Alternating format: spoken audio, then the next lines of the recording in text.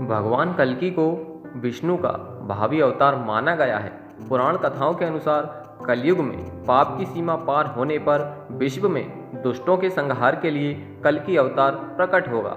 युग परिवर्तनकारी भगवान श्री कल्कि के अवतार का प्रयोजन विश्व कल्याण बताया गया है। भगवान का यह अवतार निष्कलंक भगवान के नाम से भी जाना जाएगा।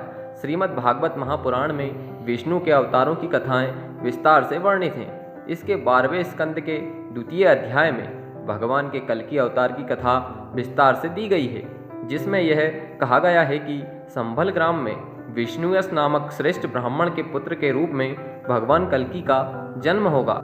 वह देवदत्त नाम के घोड़े पर सवार होकर अपनी तलवार से दुष्टों का संहार करेंगे, तभी सतयुग का प्रारंभ होगा।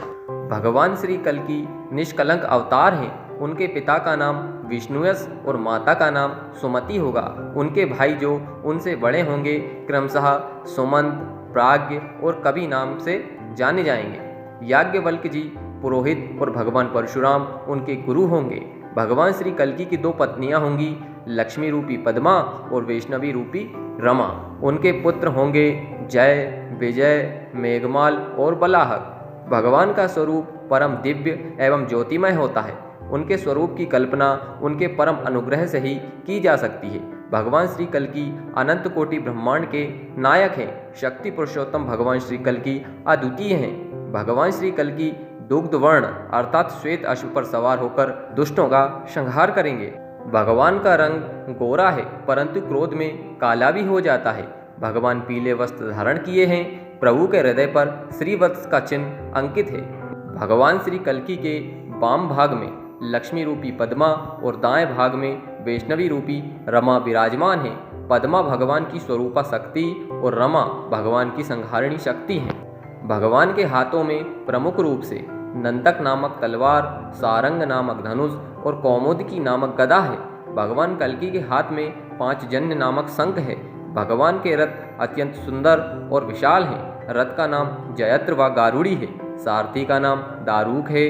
भगवान सर्वदेवमय व सर्ववेदमय हैं। सब उनकी विराट स्वरूप की परिधि में हैं। भगवान के शरीर से परम दिव्य गंध उत्पन्न होती है, जिसके प्रभाव से संसार का वातावरण पावन हो जाता है।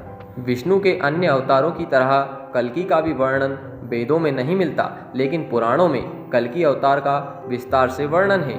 विष्णु पुराण और भगवत पुराण दोनों में ही कल्कि अवतार का उल्लेख आया है। कल्कि पुराण तो पूरी तरह से इसी अवतार पर केंद्रित है। लगभग सभी पुराणों के अनुसार कल्कि का जन्म एक ब्राह्मण विष्णुयस के घर पर होगा। कल्कि भगवान शिव के भक्त होंगे और उनके गुरु परशुराम होंगे। कल्कि पुराण में कल्कि अवतार के जन्म व परिवार की कथा इस प्रकार कल्पित है। संभल नामक ग्राम में विष्णुयस नाम के एक ब्राह्मण निवास करेंगे, जो सुमति नामक स्त्री के साथ विवाह करेंगे। दोनों ही धर्म कर्म में दिन बिताएंगे। कल्कि उनके घर में पुत्र होकर जन्म लेंगे और अल्प आयु में ही वेद आदि शास्त्रों का पाठ करके महापंडित हो जाएंगे। बाद में वे जीवों के दुखों से कतराकर महादेव की उपासना करके अस्त्र विद्या प्राप्त करेंगे, जिनका विवाह ब्रैदरथ की पुत्री पद्मा देवी के साथ होगा। जिस प्रकार सामान्य व्यावहारिक रूप में भविष्य में जन्म लेने वाले किसी भी व्यक्ति का नाम निश्चित करना असंभव है, उसी प्रकार उनके माता पिता, जन्म स्थान और पत्नी को भी निश्चित करना असंभव है। ध्यान देने योग्य यह है कि सभी अवतार, पैगंबर, ईशदूत इत्यादि राजतंत्र व्यवस्था काल में आए थे। जब कल्कि पुराण लिखा गया होगा तब राजतंत्र व्यवस्था थी, इसीलिए भविष्य के कल्कि की कथा पूर्णतया उसी शैली में ही है जिस शैली में अन्य अवतारों की कथा है। कल्कि अवतार के कलयुग में हिंदुस्तान के संभल में होने पर सभी हिंदू सहमत हैं, परंतु संभल कहाँ है, इसमें अनेक मतभेद हैं। कुछ विद्वान संभल को उड़ीसा, हिमालय, पंजाब, बंगाल में मानते हैं। कुछ संभल को चीन के गोबी मरुस्थल में मानते हैं, जहाँ मनुष्य पहुँच ही नहीं सकता। कुछ वृंदावन में मानते हैं। कुछ संभल को मुरादाबाद उत्तर प्रदेश में मानते हैं, जहाँ कल्कि अवतार मंदिर भी है।